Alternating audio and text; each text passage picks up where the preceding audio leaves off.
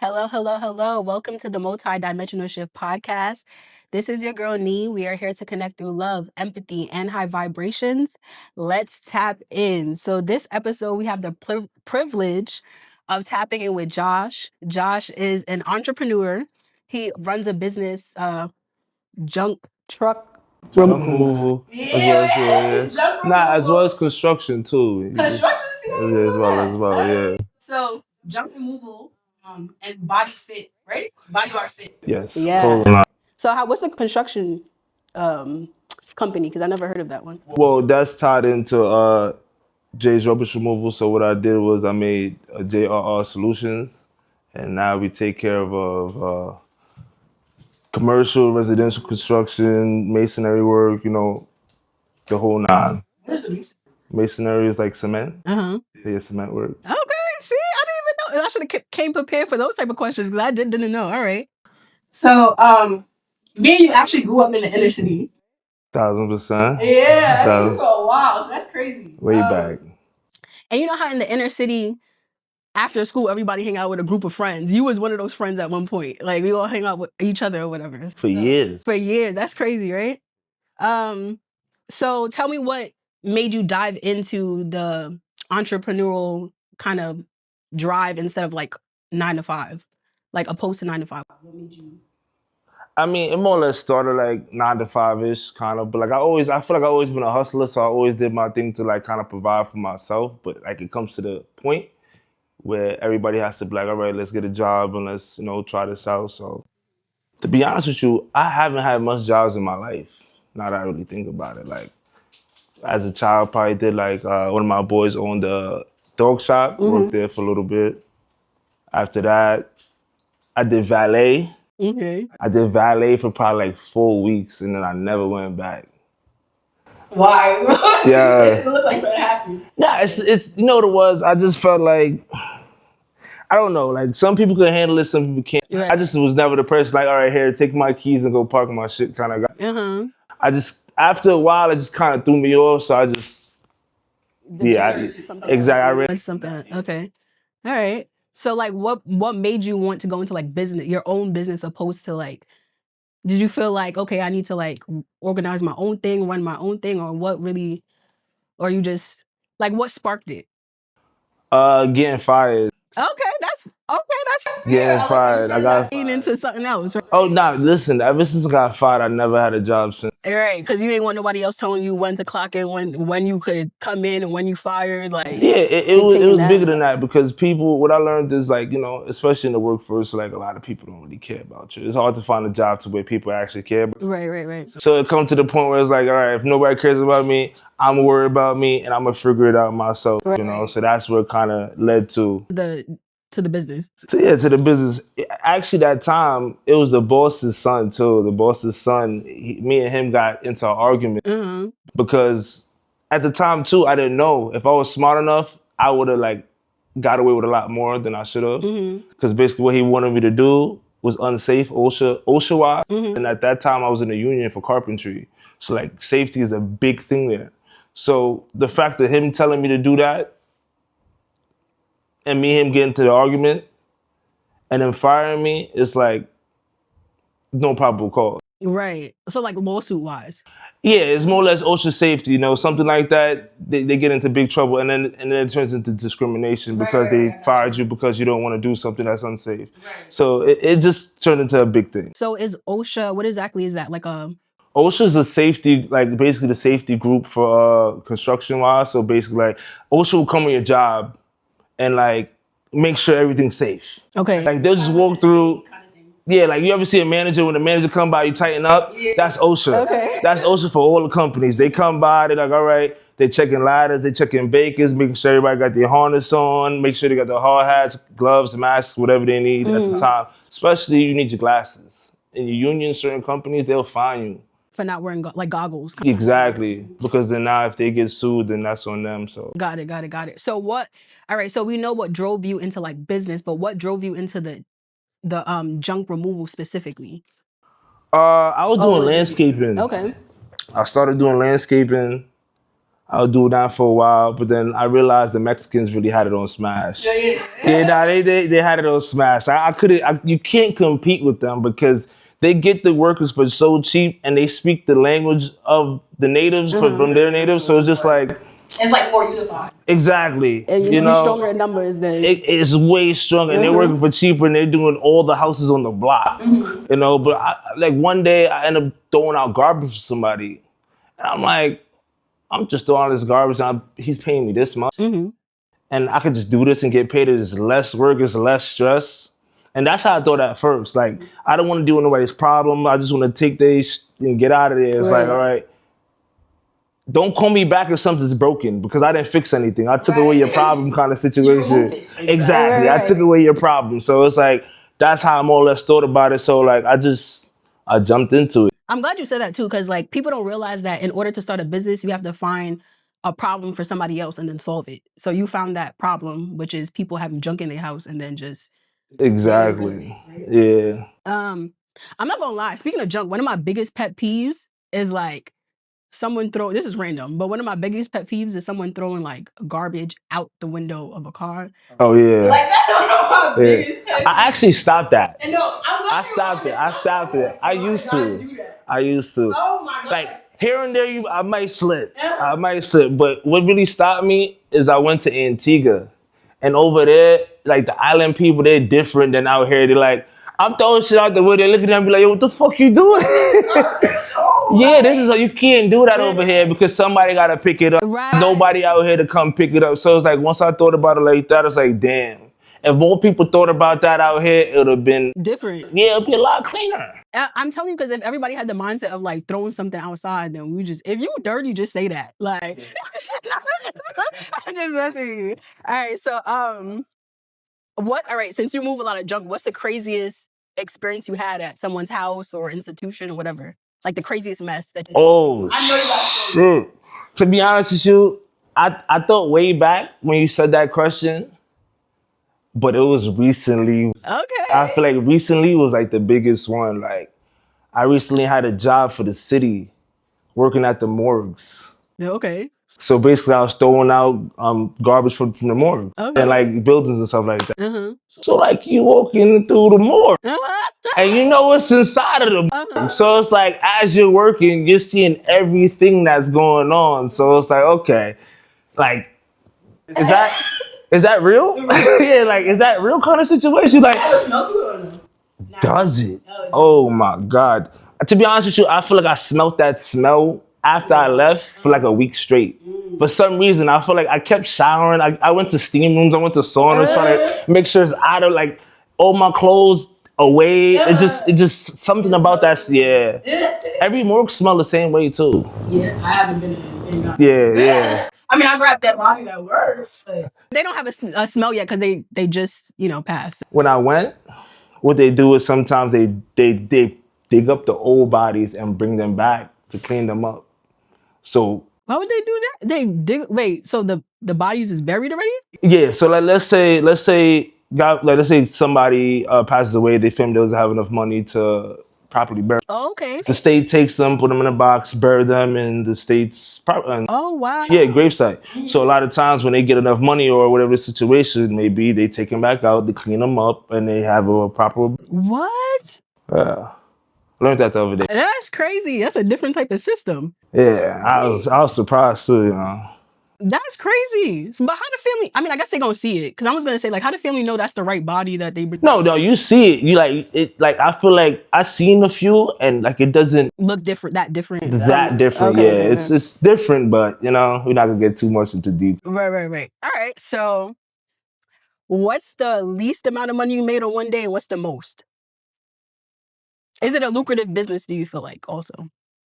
It's definitely lucrative if you make it lucrative. Right, the potential behind. Yeah, it's like 1,000%. Like you see, like there's other companies. We're not gonna give them no clout, but but they have it on like certain companies have it on Smash, but it's just they had it for so long, and the advertisement and the profit they have behind it, pushing it, is a different thing compared to somebody starting up off the ground trying to try their own thing. Yo, I when I started, I bought like 1,000 posters, you know, little yellow posters, Like you see on like in street stores. signs, like street signs and stuff like that. But 1,000 from China, I'm putting them up, put them everywhere. They put them every fucking where. And then one day, I just started seeing them just come down. No. People just started pulling them down.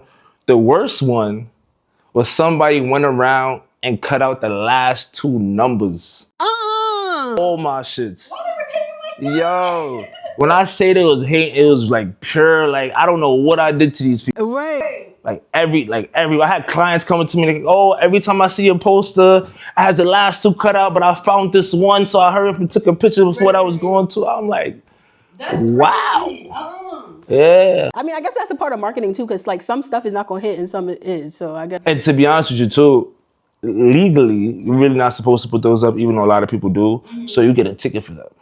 So I got fined $50 for each one I had at a time. What? Yeah, so for each one they fine you $50. But I feel like that's always all over the city. So for them to like, I feel like they don't care in the like, I get what you're saying, in certain areas. Yeah, like in certain areas they don't care. You go to White Plains, Westchester. I put one up one day. I got a call 30 minutes later. Hey, listen, we work for the city. You got to take this down.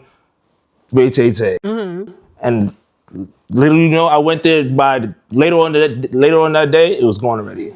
Yeah, they wasn't playing. Hey, so back to the main question though. What's the most you made and what's the least? Oh, the most I made and was the most. Okay. You like, Least. Be honest, because I know how this business thing goes. I mean, all right. If you want to say the least could be zero because some days it just don't work out for you, and then some days you could make on a job. I probably made on one day. One job. Yeah, one day, one job. Junk removal by itself, like around 6,000. Oh my God, that's awesome. Y'all see a lucrative business here. See, I got the answer. He was trying to go around it, but I got the answer. That's awesome, Josh. That's awesome. All right. So you mentioned before that starting up a business, right? Sometimes is like hard. So how did you start up your business? Like, how did you find the funds? Was it through banking or like, did you save up money? Like, how did you, for people, because I feel like that's most people's problems. They can't find the funds to start up the business. I feel like it's a tough question because starting up a business is a process. Right. So it's not like any initial funds because, all right, I could say for the junk removal, right? You know, you need a truck, you need insurance, you need general liability, workers' compensation, disability, all that good stuff. And then you also need license from the BCI. That shit is like $6,000 per year. Oh, wow. And I think $500 per plate. And then you need $2 million car insurance or whatever vehicle you have. So you need $2 million liability, and people don't know that's. You're not paying $2 million, but the value of it. You might as well be. You might as well be. It's expensive, but it works out for what it is if you know what you're doing and how to play it right. Like definitely starting up. You know what's so funny? Because that was gonna be one of my other questions. Like what is your overhead cost in the business? Because but you just listed a whole bunch of them, so that's kind of like you know. I feel like that, but that's initially though. Like even though it's overhead, it becomes repetitive. Like so yearly kind of thing? Exactly. So you will have to keep paying it each year, even though you did it already. Got it. So you start up, it's like, all right, they want more. They want more. They want more every year. And then hopefully, as the business grows, like you'll be able to like compensate that with the profits that you got and like, you know. Well, no, that's the main goal. Right. That's the main goal. The main goal is definitely to make more than what you spend. So it's just like after you put all that out, you could definitely make that back. Here. You know, whether you're gonna see it in your pocket or not, that might not be the case. That's the thing though, because like a lot of people feel like with businesses, like you know, it's like free time, and then you know you make all this money, but there's like you have to be smart with what you're doing, like the numbers that you're crunching, because it could go in the wind. You know, how you feel about that? Like you just have to. I feel like I break it down into like a mathematical science, like you said, overhead, right? You take up all your bills, you put all your bills on the list, you add them up, you see what it is. Life, right? Yeah, and then you divide it by, you know. Personal life, rather. Yeah, let's say, like me, I take my Sundays off. You know, I need my day to myself. So let's say I take I take 4 days out to 31 days, and I divide that by how much I got to spend for per bill per month, and then I add what I want to make, workers, necessities, and kind of visions, and I put that into a number. And this is like I have to make this per day. Right. So where'd you get the 4 from though? The four of the 4 Sundays a month. So I take out the 4. So you take that out as Yeah. Oh, okay. So I don't add those days because I'm working on. I don't. Yeah. You got the math again. I like that. Yeah, I try to switch it up a little bit. That's good. All right. Yeah. So I had mentioned before that we like grew up in the city together, right? Mm. And one of the biggest things in this inner city is that it could give you resilience because there's a lot of like challenges in there, but it also is a lot of distractions as well. So like what made you focus in on like actually, pursuing business and not getting distracted like how a lot of our peers have?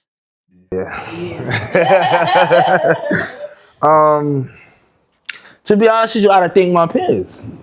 I have my peers, like my peers, peers, like peers. Like I have to thank them. Like it's just you ever been in a place like I'm thankful for what I've been through to know what I want to go through. You feel me? So like what I went through is like all right, people, things, objects. Everybody like shiny objects. So it's like sometimes it blinds you from your main goal. So like a lot of times when I had that away from me, I said, okay, I see more or less where I want, what I want to do, what's out there for me, instead of what people are not doing. You know what happened when you asked that question? Made me think of this. When I used to work for one of my boys' construction company, big company, I used to drive the trucks for him. I used to leave 5, 6 o'clock in the morning, driving past. I see niggas outside. Come back home, I see niggas outside. I said, "Oh no way! I can't keep doing. I can't see myself on the other side." It's like, and at that time, I was probably making like $1,000 a week, like at 18, And at that point too, it's just like it's good money. So you basically saw like people around you that were doing like the same thing, and you realize that that's not something you want to do. Yeah, like anything they really gonna do that's exciting, I could do. And still do what I do. Right. And once I learned that, I was like, all right, I can still party, but I have to where's a balance, So I'm glad you said that because I feel like it all comes down to the mindset. Like, yeah, I don't know about your family dynamic, but I did grow up in the Bronx, but I had both my parents there. I had a household, I wouldn't say traditional. They try to work and stuff like that. Yeah. But when you're in the Bronx, you're around different mindsets, right? Mm-hmm. So and it is like how people be like in the hood is like the jungle or whatever, right? Yeah. I don't want to say I lived in the jungle, but I lived a few blocks away, On the outskirts. Right. On the outskirts. But what I come to realize is just like like you said is the mindset, right? Yeah. It's like the mindset could be the jungle mentality, right? And as you're growing up, you're still trying to figure out your identity and stuff like that. So you're not really sure until you get older, you start remembering who you are. You know what I mean? And I feel like the jungle mindset, how can I explain it? How can I say it?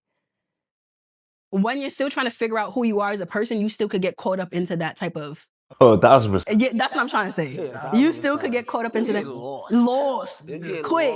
Yeah, and then like like and the I don't want to say the bad things, but the like lower nature of human like it's enticing, like the pleasures of the world is very enticing. Yeah. So it's very easy to get like caught up into stuff that you shouldn't be caught up into it. And pleasures I feel like that starts with guidance. Facts.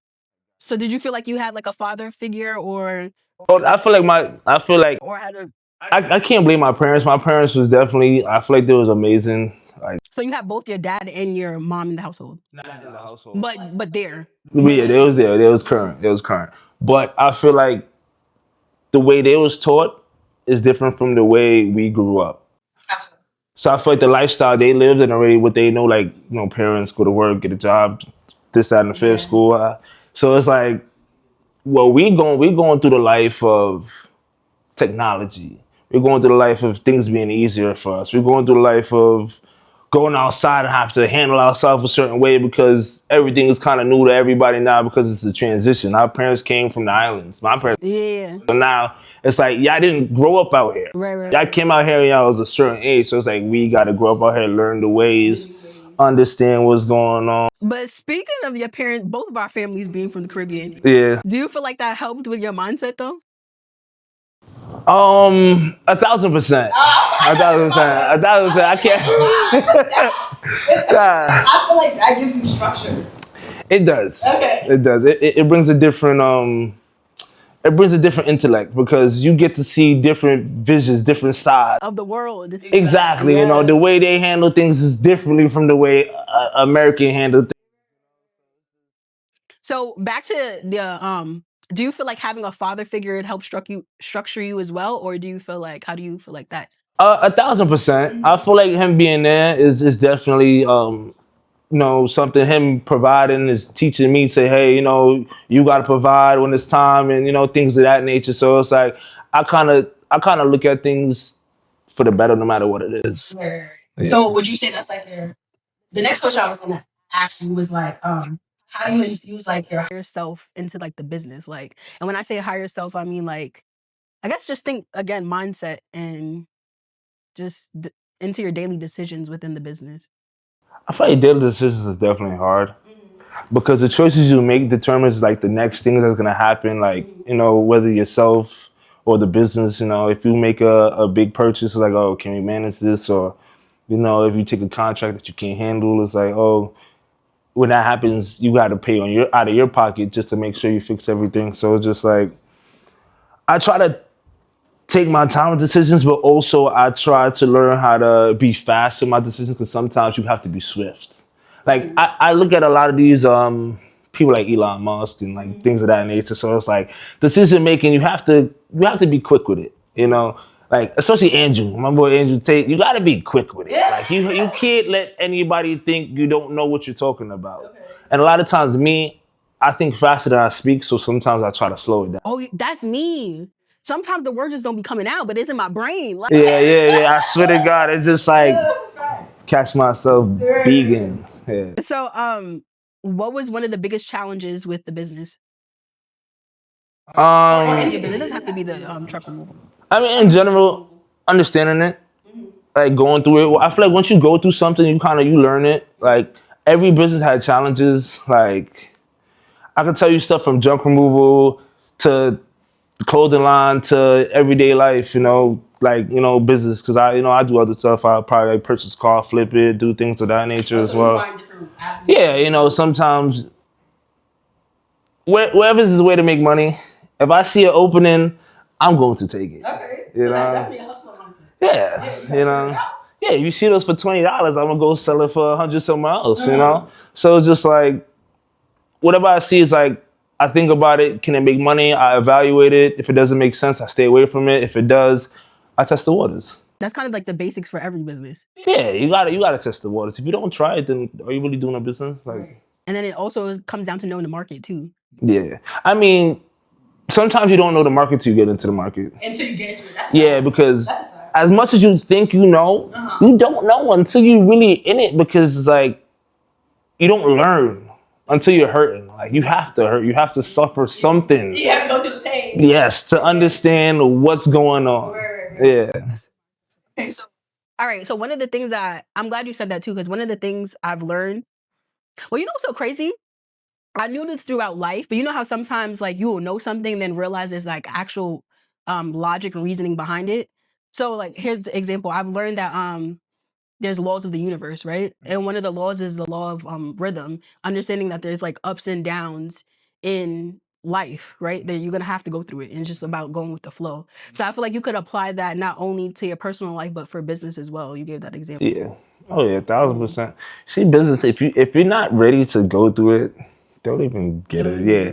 If you're not ready to just go in the corner and probably like, just get angry a little bit, don't do it. Don't do it. All right. So do you feel like you use logic, emotion more, or do you use both with your business? You gotta take out emotion out of business. You can't be emotional. Yeah.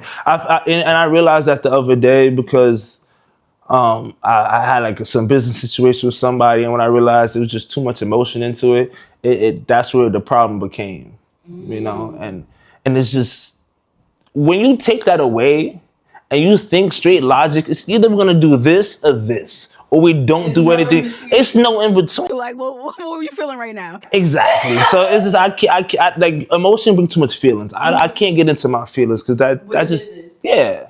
You know, it's just too much. Yeah. You know what's so funny? I'm gonna give a quick story that you said that, and you're not lying because. Yeah. So my day was going bad. I'm not gonna lie. My day was going pretty bad. Not today, when the day I'm talking about. And I had like, well, it wasn't going that bad, but it was very emotional for me. And I ain't gonna lie, this one tad bit illegal. I parked in the handicap spot. Cause I had like the place I had to go to was closing at like 3:30. Okay. And then it was like 3:00 on the dot, right? So I'm like, ain't no parking spot, so I'm a VIP. We here, Yeah. So as I'm looking out the window now, because like the handicap is right from in front of the store, right? So I'm looking out the window and I see the tow truck coming. I'm like, oh, I run out, right? I run out, and he already got the thing underneath the car. He was quick.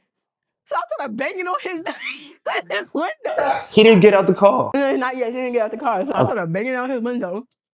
And he had his kid in there and like a dog or whatever. I'm like, come on, like I just went in there. I'm pretty sure everybody say this story, the same story. I was going in the store real quick, like dang, like Yeah. And I see his emotion, like he really want to tell me all right, fine, but it's business. You can't tell everybody fine, right? It's probably because I'm a woman too. He probably like his face was literally like, you know what I mean?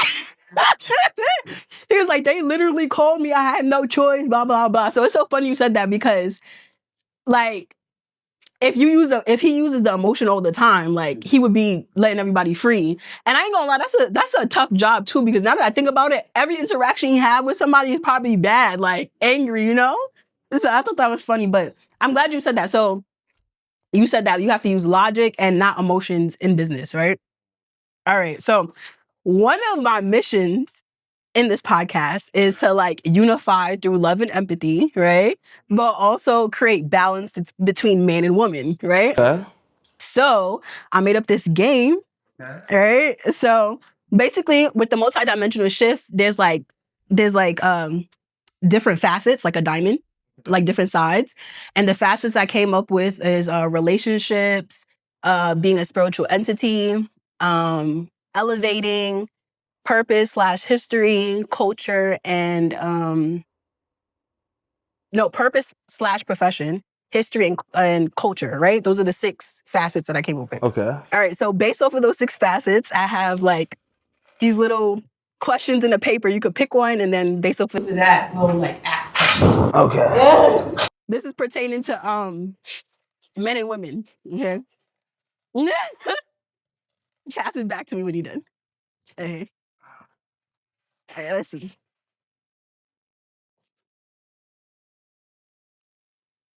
See if I'm ready for this. All right.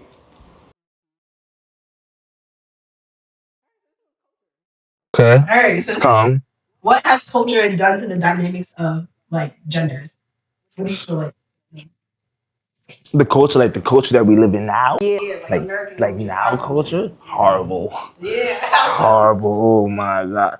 Expectations are through the roof right now. Like the expectations between everybody. Everybody expects just Too much. yeah, more than they can offer themselves at times. Okay. That's what gets a little scary to me. You know, you can't expect more from somebody else if you can't even Give it for yourself. yeah. You know, like how can you love somebody else if you can't love yourself? No, that's a fact. It start with self-love first. You know, and then you give on to others. You're right. That's a fact. So, all right. So do you feel like what type of expectations do you feel like is coming out within, or what have you experienced? 6 figures. Fuck it. Nah, no, that is for real though. No, yeah. Well, more or less somebody who's making money, but I feel like a lot of times it just depends on who you meet. Depends on what you're looking for, depends on what you get. You know, everybody promises so much with little to offer. Right. You know, everybody wants their bills paid. Like more or less females, why they want. I can't even say that. Let me not do that. Let me not do that. I feel like no. I'm gonna be honest. They're not. They don't want it to be just comfortable. They want to be Very very comfortable. comfortable. You know, understanding that like with love, even self-love, it comes with sacrifice sometimes too. So like everything, have you ever heard that like within our culture we believe that like women believe in like fairy tale type of lifestyle? Oh yeah, 1,000%, 1,000%. But that's women nature though. I feel like that's And I feel like it depends on where you grew up too, because I'll give a quick story. When I was at work, I meet a whole bunch of different girls too, right? Different people, different women. And she was expressing to me like how she grew up like a princess and this and that. I didn't grow up like no princess. I did not grow up like no princess. You know, let my parents tell you I was bad. I wasn't even that bad, you know? But yeah, I didn't grow, but I'm happy I didn't grow up like a princess because it let me realize like the realities of life. You know what I mean? And also being the oldest kid, you help a lot with your parents, so you see a lot, and you're you know you're kind of raising your siblings at one point as well too. You know what I mean? So yeah, I'm kind of happy I didn't grow up like a princess. yeah, you can't be too sheltered. You can't be exactly. Yeah, you can't be too sheltered. Like you have to have some skin on you. You know, you gotta take some falls. You gotta understand what's going on. Like me right now, I bully my daughter. You bully your daughter. But not to say it like that, but like I bully her because it's like if I could give you something, you're not gonna take it from nobody else. And not to say it like that, you're gonna know how to handle it. You know, it's like somebody making fun of you. It's like, all right, it's not a big deal. You're not gonna sit here. You're not too soft mentally. Yeah. I don't want you to be, Because that's life too. exactly. Because You people gotta know gonna what's say going something on. all the time. Yeah, I treat my child like she's a grown person. Yeah, like I agree with that too, because honestly, I feel like even my sibling, I have a little sister. She's around like I feel like she talked to my mom like she's a baby still. But I know think about when you were 6 years old, right? Right. So I be like, girl, don't talk to me like no baby. You know, like you know. And she like her real personality comes out, and kids are mad funny. But yeah, I agree with that. I feel like you should talk to them like how they're not adults. Like give in like within age. full blown adult. Full blown adult? Full blown adult. Nah, I think some stuff lead to like No, full blown adult. Hey, listen, it's this and it's this, or it's this, and we don't do this. Right. Yeah, like. But I feel like you still put it in age brackets. I mean, I keep it PG. Okay. I keep it PG of course, but like I'm talking about like everyday life. You know, like hey, don't trust these people. You just just because you see daddy with these people, they're not your friends. Right. You know, Like that's earned. yeah, it's like that comes later on in life where you get to really understand the choices. At this point, you don't trust nobody. Yeah, you're not trusting nobody but me and whoever you're supposed to really trust. That's fair. Yeah. Let's see. What else do I have? Oh, okay. So I feel like you had to isolate yourself to evolve. I don't want to say isolate myself to evolve. I feel like it was more changing who I was around. Like once I came into different groups of people and understand like what was going on and what was more to like business and life and like what you really want. And I feel like it was a lot of my wants that kind of pushed me to, we always want better. Like I always want something, prestige, clean, premium, up to par. I don't really like to be in places where it's just not up to par, just like, you pay for what you get, and it's not just a money thing when you pay for what you get. It's hard work. What you do, you earn that. Just because I know how to do a job in 5 minutes doesn't mean that I did a cheap job. Right. I earned that privilege to know Because you have the skill behind you. exactly. Right. All right. Let's see. I think I answered all these questions already. All right. So like, pick more, and then we'll. You want me? Let me not say go through all of them. Let me not say that. We might as well, right? Let me see. This one is purpose. Okay. Do you believe our purpose is to find our partners and start a family, like the American dream? Do you feel like that's our purpose? I feel like everybody has their own purpose. I feel like that's human nature. What, to get partnership? Yeah, I feel like that's human nature. You gotta make babies and live a life where somebody actually, love you and you love them and, things of that nature. But I feel like it kind of changes from different perspective, like between men and women sometimes too, because, we all want to build generations. So just like, we have some kings that, they had hundreds of children just because they want to make sure their lifeline is there. So like that will be their purpose. No, that's right. So I'm glad you said that. Yeah. It's a different perspective on a man's point of view. Exactly. So and I've heard that before. Yeah. Well, the reason why I asked that or put that as a question too is because like I've heard a lot that from men's point of view that women just want to hyper focus on the partnership for any like they'll pick anybody to be their partner, kind of not pick anybody, but just anybody has to fill the role of a husband instead of it actually being aligned. So for me, you're looking for it, you're gonna find it. Like I feel like there's nothing I ever wanted that I never received, at least not with time. So it's just like a lot of people want stuff, but they look in the wrong place. That's why I was about to ask you. How do you know if you're not aligned as an individual? That's purpose because no, I'm gonna say purpose because purpose could be anything. Yeah. But if you're not aligned as an individual and you go looking for it, you're gonna be misaligned because you're not aligned as a person. You know what I'm saying? So that's why I said that because it's like even for me, like learning about your boundaries or learning about just different values and stuff like that you want to have as a person. If you don't know that, then how are you gonna find who you see, sometimes I bypass that because because I start with myself. So like when people say stuff like that, I feel like that's a go-to. It's like you're supposed to wanna go to the gym and be healthy. You're supposed to wanna have good hygiene. You're supposed to wanna, have some form of education. So it's like you wanna make sure that you're on some type of level, and everybody's level is different. It's the bosses and workers. There's no problem in between. It's okay wherever you want to be at, but it's just like if you want to be something, be that something. Don't have the workers mentality saying you want to be a boss and you have the workers mentality. Yeah, I get you. All right, so let's just finish these. Might as well. All right, what's this one? These are all pertaining to relationships, by the way. Okay. Not relationships, but the men and women gender. I'm here for it. All right, so this one's relationships. So from your perspective, how do you see the dynamics and expectations between men and women evolving in today's world, especially in relationships? Sorry, repeat that one time. I know, I said that kind of fast. From your perspective, how do you see the dynamics and expectations between men and women evolving in today's world? I feel like women are gonna start to realize, and men too, but we're gonna start with women because we go for the opposite sex. But I feel like they're gonna realize that there is not many men left.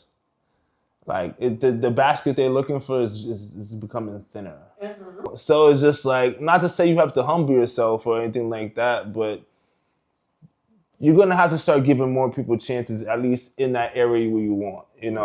Don't bypass everything just because they don't have that one thing. That's a fact. Because sometimes they might like that person, but it's just like, oh, he doesn't have this, no go. Right. Or something that they could change. Mm-hmm. So it's just like, I feel like they're gonna realize, relax, let me take it in, let me better myself. You know what I realized the other day too? No shaming. I don't know shaming. Yeah. I feel like a lot of females are very pretty, but they're just like out of shape. Mentally or physically? Physically. Like I feel like a lot of females like don't keep up to par like how they should. Uh-huh. But they're very beautiful. I feel like if they was to drop a 1-2 pound or it's like no, but it's serious. Like I had the equation the other day. It's mind-boggling, but it's true. Just like a lot of men, I don't look at men, but you obviously could tell there's a lot of unshaped men as well. So if that was to happen, I'm pretty sure there's a lot of videos online where men lost 50 pounds and now they're getting what they want. Right.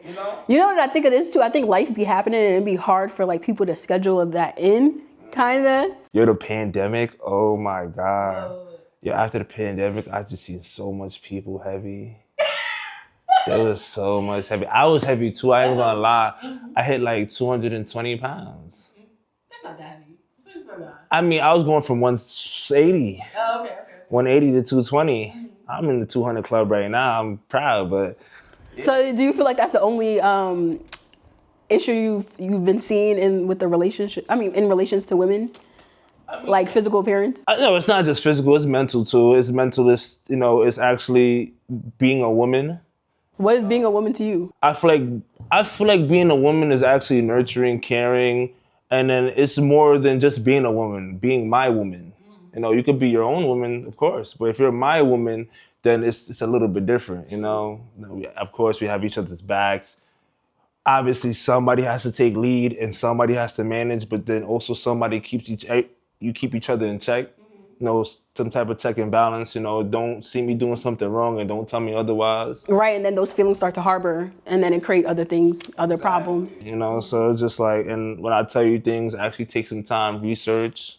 A lot of people don't know, but if you ask somebody what's going on or what they like, they might tell you, and you take with that information and you go with it. Do you feel like you said that actually listening to what you're teaching and then going to do the research? Do you feel like women are receptive to learning? I feel like they're receptive to, or the women you've encountered. Because I've heard, I'm gonna tell you what I've heard, but then yeah. I feel like women are receptive to results. Okay. So it's like if you could bring them results, then they'll definitely be receptive to it. But then also at times, I feel like a lot of women have doubt. So let's say you might tell a woman to do something and they don't do it, and you might see that's the best thing for them to do, and they don't. But then later down the line, they do it, and they realize, damn, I should have been doing this a long time ago. It's just like a lot of times you got to understand, like, who are you with? Are you with that person because they actually want to see you do better and you trust this person to guide you, as you are trying to guide them, or are you gonna just put that to the side and just be your own woman? Right. That's fair, because when you said women are receptive to results, I kind of get that, because that gives the woman something to trust and respect. Yeah. Because it's like, all right, well, you're saying, a lot of people say this, but the results are actually proving what you're saying. Exactly. So that's fair, because I've heard other guys say that like women are not even receptive to hearing information. Like it's just like, oh, I don't want to hear what you're talking about. Yeah, they don't want to hear, but they like shiny things. So like if oh, you said that. I heard that from another guy, that women could be very materialistic. Oh no, 1,000%, just like everybody. But it's just like. Do you feel like women are more? Some more than others. Okay, that's fair. Some way more than others. But I feel like everybody loves it, and especially once they get a taste of it, a lot of people don't know how to act. It's just it's a placebo. It's a bad drug. Yeah. No, that's a fact. That's a form of pleasure. Yeah. So, all right, another one. There's like 2 more left, so don't worry. Okay. We're almost done. All right, so this one's elevation. In your view, how can men and women elevate each other in relationships and support each other's growth? I think you kind of answered that already, a little bit, but you could answer again. In your view, how can men and women elevate each other in relationships and support each other's growth? Trust. We would definitely go with trust. You gotta know who you're trusting. Trust is a big thing. A lot of times it's like you have to. I feel like a lot of times people give trust and it's not earned. So just like, how do I know you're going to do these things that you say you're going to do, or how you're going to be this person, especially if your actions show otherwise from you doing the things or saying what you're supposed to do. Okay, so with trust, I've heard that like, all right, well, with women, a lot of the times, like I heard their complaints is that, for the example you gave, men say they're going to do something and then don't end up doing it. Right? Like I had a friend that complained to me about her partner and how he said he was going to do X, Y, and Z, and it's been months and he hasn't done it. But then when she was like telling me the story, I'm like, well, this is probably why these things are not happening. Like, you know what I mean? Because sometimes people have the vision to actually want to do something, but life happens. Yeah, but you know what I also noticed too? What? It's accountability. It's holding somebody else accountable. Okay. Like, especially you have to hold somebody accountable. You have to hold them accountable. Listen, you didn't do this. Are you a liar? Are you a liar? Are you untrustworthy? That response. Yeah. Yes. You have to. These are part of growth. But that's on your fault for not saying anything. You have to nip things in the butt before it starts. If you see something you don't like, hey, I don't like this. And that's up to the other person. Hey, this is just who I am. And if that's a icebreaker, a deal breaker, then you know what to do. Right. You know, but if that person is either willing to change or you do actually accept it, then you go along with it. I think what it comes down to is just like effective communication. Because the way you just explained that was like the perfect answer. Yeah. Because me, I'm a very understanding person. Sometimes I'm too damn understanding, you know? I'm a very understanding person. So the fact that you sat there and really said that he needed to be held accountable still, like, I love that answer because it creates like a balance. So like, okay, I hear you have these issues, but you also need to take accountability for your actions. And it could be like a mutual balance kind of thing. And I think that comes down to masculinity and femininity.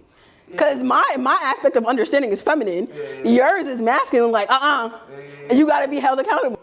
You see what you just said? I feel like that's the problem right there, too. I feel there's a lot of masculine women these days. A sense of just overly aggressive and trying to be that leader. Like, but do you feel like... Okay, so I heard different things. Like in the South, it's not like that with the women, but up north, like in New York, is like that with... I feel like it's the major cities. Major cities. But why do you feel like that is? Because it always has... What's going on? There's cause and effect. It's like people are not just the way they are for no reason. Because think about it. You're in Wisconsin, Ohio. Mm-hmm. You got 2-3 acres of land. You're there with your wife or your girlfriend or whoever. Even though you could be there by yourself. Once you gravitate to somebody, it's like there's not much to do but just be with that person. You know. Right. So it's just like it's not much going on. There's not parties every weekend. We're not going to drink. We're not seeing everybody outside. The Instagram, yeah, you know. So just like you're more focused to what's in front of your face, you know, opposed to the limelights. I find that some women don't know that their man is the leader in the household. I feel like a lot of... Well, what's aggressive? Or what's masculine to you? I feel like a lot of times they challenge it when they're not supposed to. But you just told us that we're supposed to have accountability. Which one is it, Josh? No, you have accountability, but don't challenge my masculinity. How does someone challenge a man's masculinity? Because maybe somebody doesn't know. I ain't gonna lie. Hold up. Growing up in the inner city, at elementary school, I used to fight boys. I ain't gonna lie. I used to fight boys. Mm-hmm. And so in my head, for a while, I used to think I could beat up boys. Okay? Yeah. And then I realized real quick that I can't. Yeah? One time. So, because no lie, my presentation, I'm very feminine, and I am very feminine. Mm-hmm. But in my head, I'm a little tomboy at heart, too. So I say that to say, like, maybe a lot of women don't realize we're like overstepping because we probably have that. I feel like growing up in the inner city, you kind of have to be tough with everything and everybody. Like, look at the lingo that we talk. You know what I mean? 1,000%. So, what is challenging your masculinity to you? Like, what is that?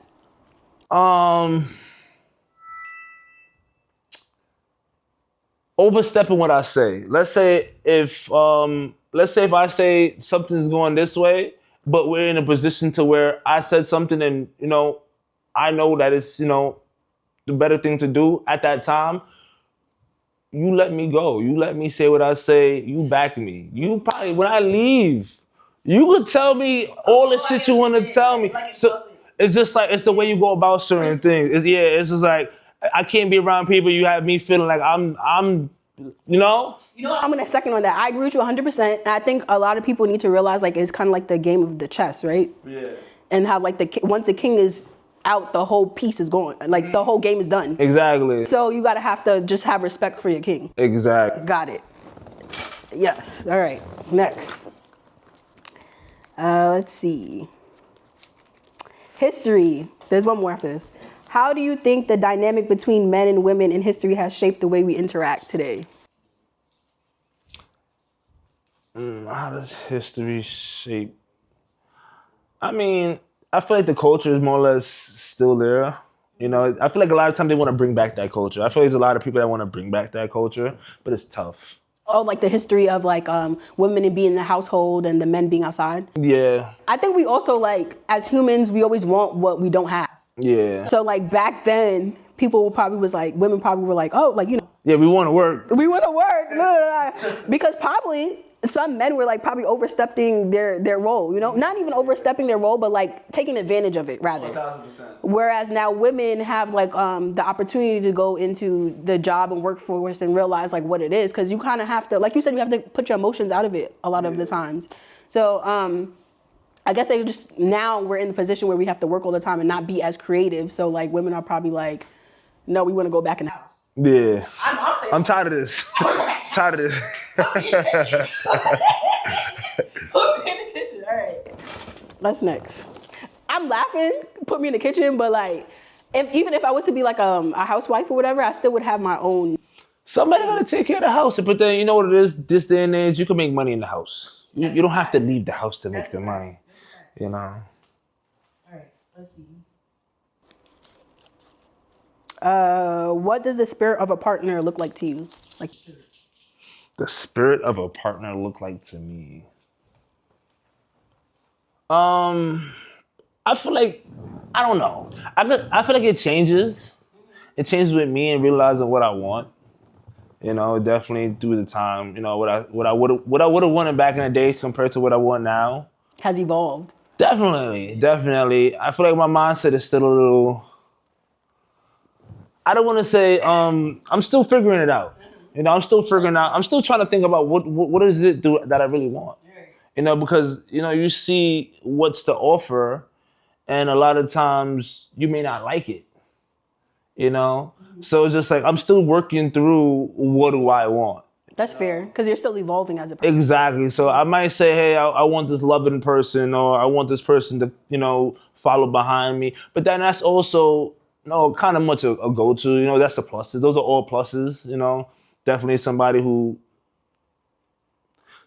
definitely genuinely cares about you. And when I say genuine, I feel like, you know, a lot of people aren't genuine. It's like a motive behind it. Exactly. They feel like they have to do something because of X, Y, and Z, or, you know, you're always doing this. Or let's say somebody who may get angry and they're like, oh, he's always angry, so I'm going to do this. You know, try to make it, you know, you're supposed to want to do that no matter what. Yeah, between he's happy or sad, you know?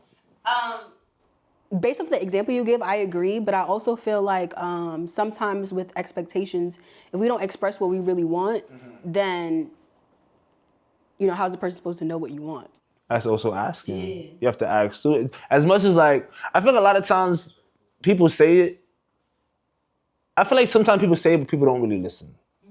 Like, you know, like females, take me out. Like, you know, and it's not more or less spend money on me. Let's have a moment. You know, when I think about that when like a female was to say that, like, let's have a moment. Let's, you know, have some quality time. Like it's, you know, of course they want to look nice and go out and, you know, have that feel, but they want to have that feel with their person. Right. You know, so it's a different thing once you gravitate to more or less that, you know, that genuineness.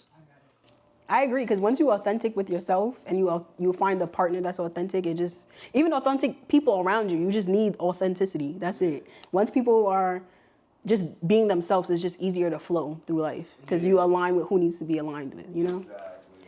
Well, I appreciate you coming out, Josh. Thank you for joining us. And that concludes the Multidimensional Shift podcast. Love and empathy always.